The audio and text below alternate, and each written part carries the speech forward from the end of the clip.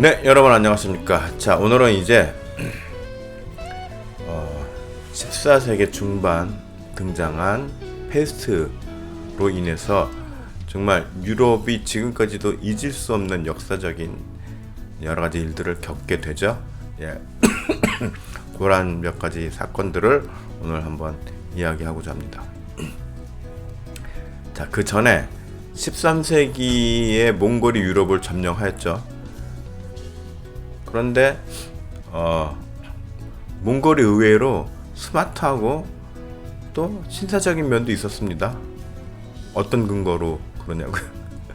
자, 유럽이 몽골을 상대할 때에는 그야말로 야만인이고 짐승 같고 포악무도한 그러한 집단으로 알았는데, 막상 유럽이 몽골의 지배를 받을 당시에는 몽골은 유럽의 전통과 고유 문화와 정치적인 체제들을 그대로 인정해 주었습니다.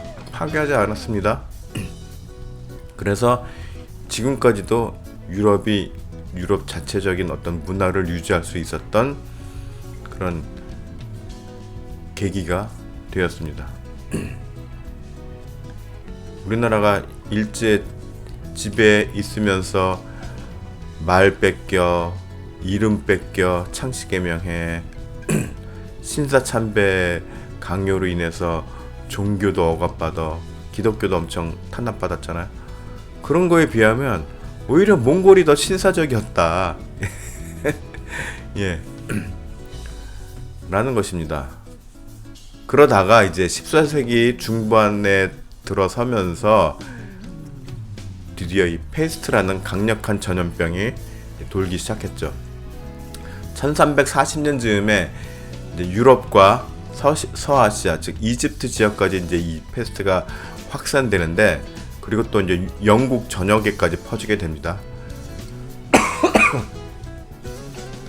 심지어 잉글랜드의 어느 한 도시는 생존율이 10% 정도밖에 되지 않았다고 합니다.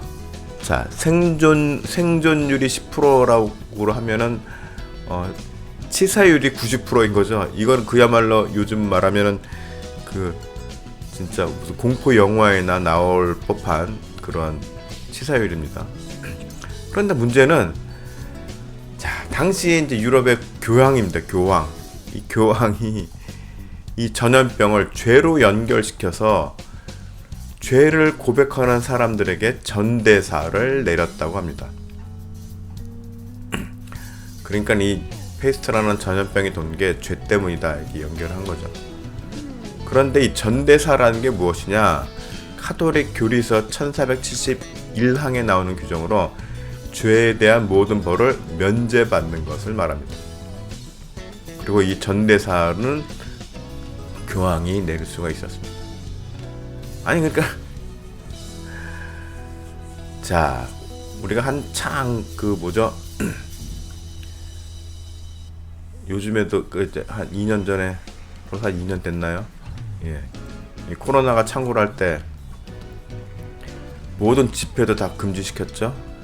심지어 주일날 예배하는 것도 여러 사람 모이는 거 금지시켰단 말입니다. 그런데 꾸역꾸역 또 모이는 교회들이 있었어요.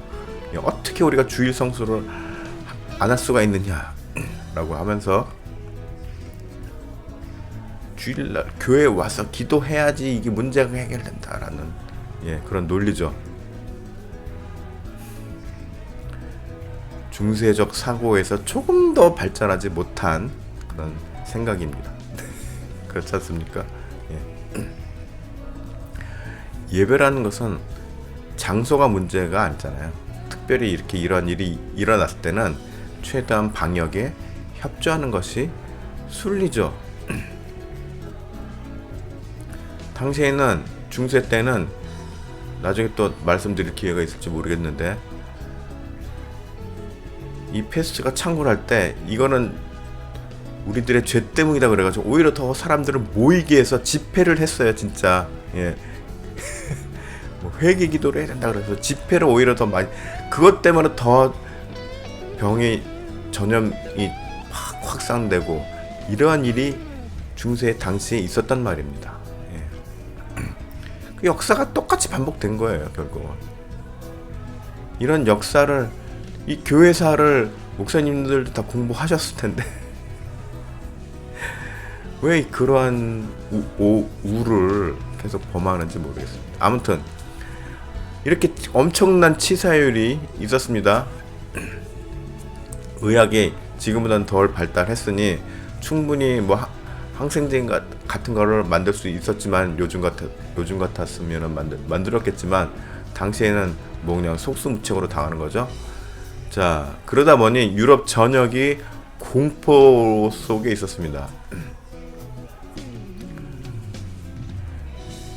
심지어는 드디어 이제 세상에 종말이 왔다라고 생각하는 사람들도 많았다고 합니다. 자, 그런데 우리는 또 여기서 역사의 또 아이러니한 면을 또 우리가 볼 수 있는데, 독일에서는 음모론이 퍼지기도 했습니다. 그런데 어떤 음모론이냐, 유대인들이 우물과 강에 독을 풀었다라는 소문이 돌면서 유대인들을 학살하는 엄청난 비극이 벌어지기도 하였다고 합니다. 자, 여기서 우리는 또 기시감이 들 수밖에 없는데 무슨 일이죠? 예, 일제 당시 일본의 관동 지역에 대지진이 일어났을 때 조선인들이 독을 풀었다, 뭐 우물이랑 뭐 이런 독을 풀었다 라는 소문이 돌면서 일본 사람들이 조선인들을 엄청나게 많이 학살했던 사건이 있었죠. 이 독일과 이 일본 사람들의 그 혈통의 저변에는 타민족을 싫어하는, 배격하는 그러한 유전자가 있는 건지 하여튼간, 네. 어쩌면 2차 대전의 비극은 이때부터 예고된 일이 아니었나라고 생각해 볼 수 있는 것이죠. 예. 역사라는 것이 역사의 어떤 굵직한 사건이라는 것이 그냥 어느 날 갑자기 이게 일어나는 것이 아니라 그 이면에는 두고두고 쌓여져 있던 그런 원인들이 폭발한 것이다.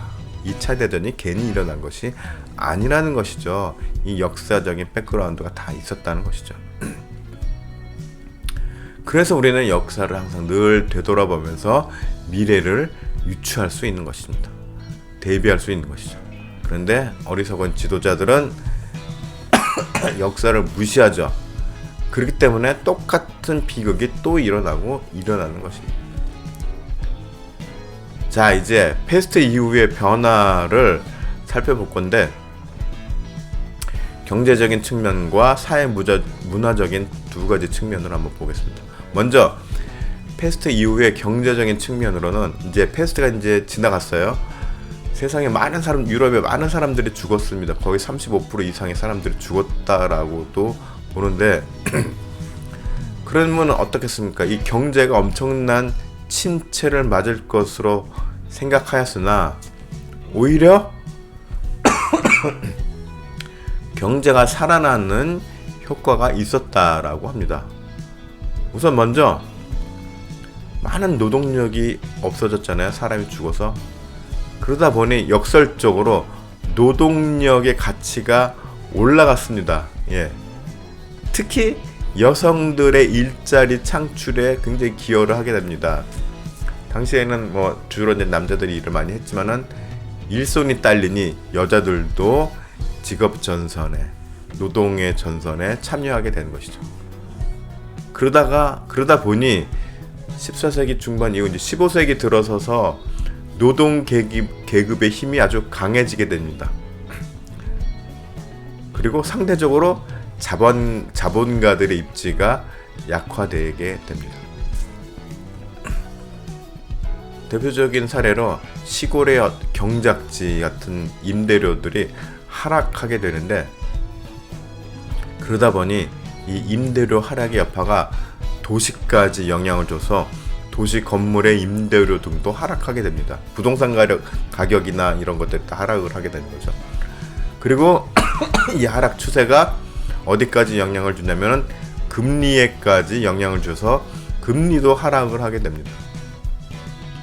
반면에 노동자들의 삶은 향상이 돼서 이제 노동력이 굉장히 가치가 올라가다 보니 이제 페이가 많아지게 되겠죠. 그러다 보니 삶의 질이 아주 높아지게 됩니다. 그러니까 잘 먹게 되니까는 건강 상태도 좋아지게 되고 돈이 좀 이제 수입이 여유가 생기니 옷 같은 것도 좀 챙겨 입게 되고 그래서 소비도 촉진되는 현상이 나타나게 되었다라는 것입니다. 그러니까 산 사람은 어떻게 해서든지 또 살아가게 됩니다. 예, 이러한 또 경제적인 효과가 있었다. 사회 문화적인 측면으로 봐서는 어떤 일이 있었느냐? 자, 이런 경제적인 성장이 남부보다는 북부 지역에 더 두드러졌습니다. 왜냐면은 북부 지역의 어떤 도시화가 되는 그런 추이나 이런 것들이 더 빨랐기 때문에 경제 성장도 훨씬 더 남부보다는 유럽의 북부 지역이 더 빠르고 컸다. 또 이런 경제 성장으로 인해서 아까도 말씀드렸지만 여성들의 경제적 자립도가 높아지게 되었습니다. 그런데 그러면 이제 생활이 되잖아요. 그런데 여자들은 오히려 결혼을 회피하려는 현상이 나타나게 되었다. 당시에는 여자들의 어떤 지위가 요즘하고는 달라서 결혼하면은 모든 사회적인 경력이 단절되고 오로지 애들만 키우고 집안일만 하고 그러잖아요. 그런데 이랬던 여성들이 사회생활을 하고 또 경제행위를 하면서 돈도 벌고 하다 보니 굳이 내가 막 결혼을 해서 이 집안에 속박되는 그런 것들을 안 하게 되었다는 것이죠. 네. 그래서 결혼을 회피하는 현상까지 나타나게 되었다고 합니다. 자, 아무튼 이렇게 전반적으로 경제가 활성되고 또 경제가 잘 돌아가다 보니 시중에 유동자금도 풍부하게 되죠. 돈이 넘쳐나게 됩니다. 그러면서 투자가 활성화되니까는 생산력도 높아지게 되겠죠. 그런데 이러한 배경은 이제 14세기에 이르러서 산업혁명이 일어나는 기초가 되게 됩니다. 페스트라는 질병이 당시에는 엄청난 비극, 많은 사람들의 죽음으로 인해서 엄청난 슬픔과 절망감을 안겨줬지만 그 이후에 경제적으로나 사회적으로 새로운 어떤 리프레시 효과가 일어나면서 새로운 도약의 발판이 또 역설적으로 되기도 하였다라는 것입니다. 네, 이게 패스트의 발병과 유행과 지나감이 경제적인 영향까지 줘서 18세기의 산업혁명이 일어나는 기초가 되었다는 부분까지 연결되는 것이 굉장히 놀랍죠.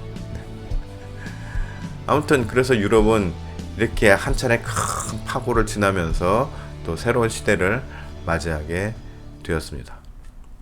자, 오늘은 이 페스트를 맞이한 전후의 유럽에 대해서 살펴보았습니다. 예, 다음 시간에 또 뵙도록 하겠습니다.